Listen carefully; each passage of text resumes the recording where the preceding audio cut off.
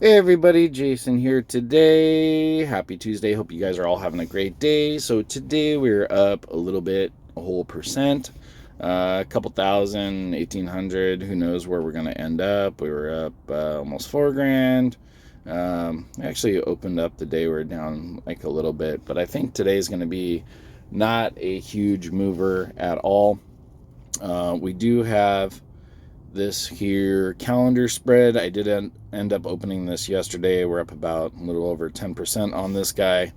And you can see our dates and strike prices right here. And the reason for this is basically, I believe, if we can get a chart to populate, I think what I've seen here is I saw one wedge here and then a leg up, another wedge here, leg up, and I think we'll probably have a little bit more consolidation around this level, since this drop here was actually that NHTSA report. I don't know that we'll see that drop again, but for the most part, I don't see a whole lot of downside, and I don't see a whole lot of catalysts or anything great coming out to the upside. So I see either kind of sideways, maybe a little bit slight up. So just in keeping that in mind, that's why I wanted to play that calendar spread.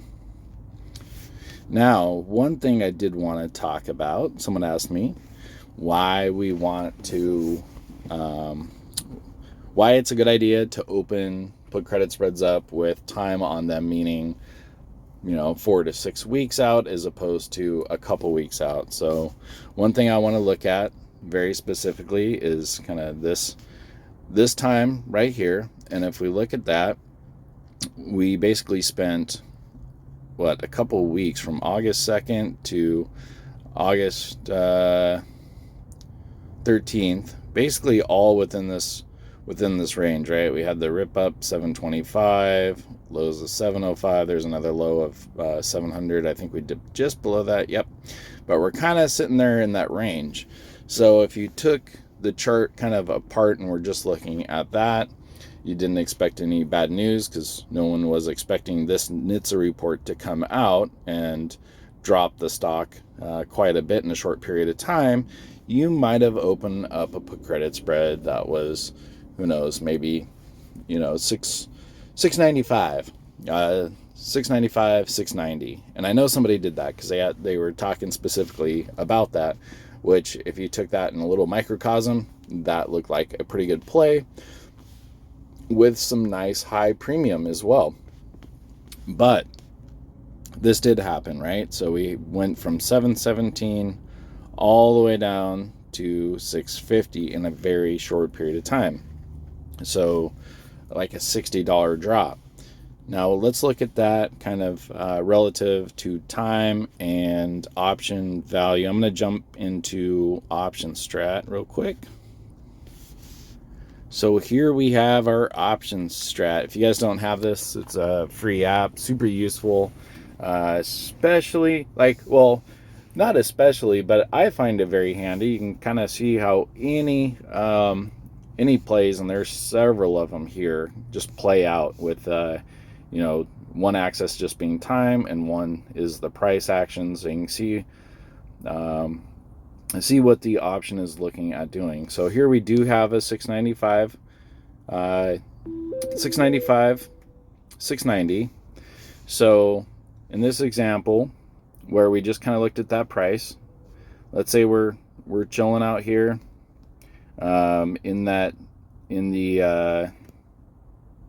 make sure this is correct. Okay, that is correct. 695, 690. So for our example, we'll kind of see what that looks like. So we're just kind of chilling out here, and price action is doing whatever it's doing. We're looking a little up, a little bit down.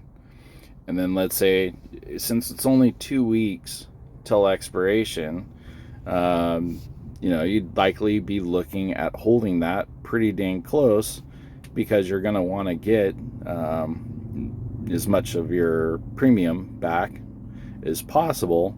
And then let's say that happens just right beforehand. That was a quick drop down 60 points, which would put us way down there. And that is losing almost every stitch of the value in that play.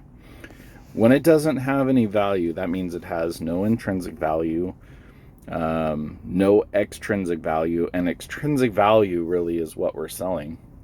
And when there's nothing left extrinsically in the play, then you don't have somewhere else that you can roll this to. You can, but most likely it's going to cost you a huge debit.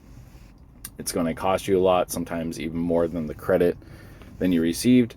In this example, we received a lot of credit for this short-term play, but most likely I think a lot of people would be playing this a bit safer, given a little bit more runway. So if we kind of look at the same thing where you're chugging along and you're starting to get in the money, and then you do have that drop just a couple days before expiration, and you're way down there. So you don't have a good place to roll this at that point, just because you've lost almost all the value. So if we're looking at the same play, but we do give it some time, so let's give it 5 weeks. Well, I guess we have to turn off the little marker. And then so we look at this with 5 weeks play.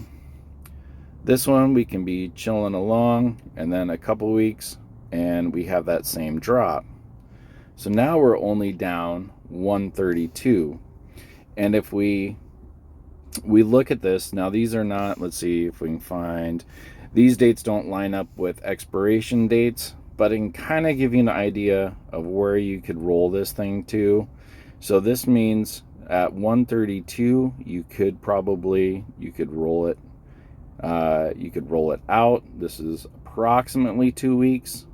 So you could roll it out and up a little bit, and actually gain a little bit of credit here. But you still have quite a bit of extrinsic value left, because you still have a couple weeks worth of time. And if you've never looked at extrinsic value, that is one of the components. It's going to be time is the key thing, and the other component is the volatility and relative, where you are relative to the underlying price. So not only does that give you a couple more weeks time, and what we've seen is we see Tesla, it doesn't just drop and stay there. I mean, it can, and it has. It's dropped and dropped and dropped for sure. But for the most part, when we see something like NHTSA, that was an overreaction, what we see is a little bit of recovery over the next few days. So even a couple days later, I think we were, back up $30, $40, and then we could continue to profitability or roll it out to give us even more time in order for the stock to recover. And that way we're preserving our capital. Now, a couple downsides of this is obviously in the first example, for just 2 weeks out, we get to collect our maximum premium in that 2 weeks. So this example, we collect $70. We get to keep our $70 in a couple weeks time. But this one, a little farther out, a couple weeks time, which would be here, we're collecting like half as much, but we do give ourselves time to manage it. And being able to manage a play that's really what we have on our side. There's always going to be a probability of profit, and that's going to stay pretty constant when we open up the play. The probability will change based on price action, but as we're opening it, for example, this one would probably be a 70%. Yeah, it looks like about a 70% chance of profitability if we don't do anything, and our intention is to let it expire. But the thing that we have in our tool belt is the ability to manage it and roll it out. So we can increase that 70% probability of profit. And that's what I've done when spreads move against me. I take the opportunity and that time to be able to roll it out somewhere farther. And in most cases, almost all cases, given a couple more weeks, couple more months, I mean, maybe even 6 more months worth of time, even though it takes that long for the stock to recover, which is just fine, I didn't need to lose a dime on it. So hopefully that makes sense. That is why we want time on most of our plays. There's a very, the thought process for a lot of people is, well, if I only have a week's worth of time, and, then the stock, like if you're thinking kind of short term and the stock can only move like this, yeah, great. You have a nice wide range of profitability, but you step just a little bit outside of that and you've lost everything. And you don't have the problem with this. And I've seen a lot of messages. Hey, I have something expiring tomorrow, which puts you in this place, like right here. What can I do? Well, you've lost your extrinsic value. The play is pretty much dead, and there's nothing you can do. You can only hope that, in this example, you go from whatever it is, 634, and it rockets up the next day. That's the only thing you have left. So that is why, in general, people will close out spreads, close out iron condors, because that very, very last minute, that last day, last 2 days, or something can potentially move a lot. You can go from a 95% gain on your play to losing it all. And I 100% speak from experience on this. It's definitely happened. Just last week, I had an SPX play that expired, and it literally was within 27 cents of moving against me. It was super lucky that it didn't, but I had missed the opportunity to close it out for $5, and then if it would have moved down like even another $1, $2, $3, $4, $5, which it did just slightly after market, at least the futures did, I would have lost, several $100s just because I was being greedy for that last minute. Anyways, if you guys have any questions on this, let me know. I'll do my best to explain. Other than that, love you guys, and let's make a lot of money.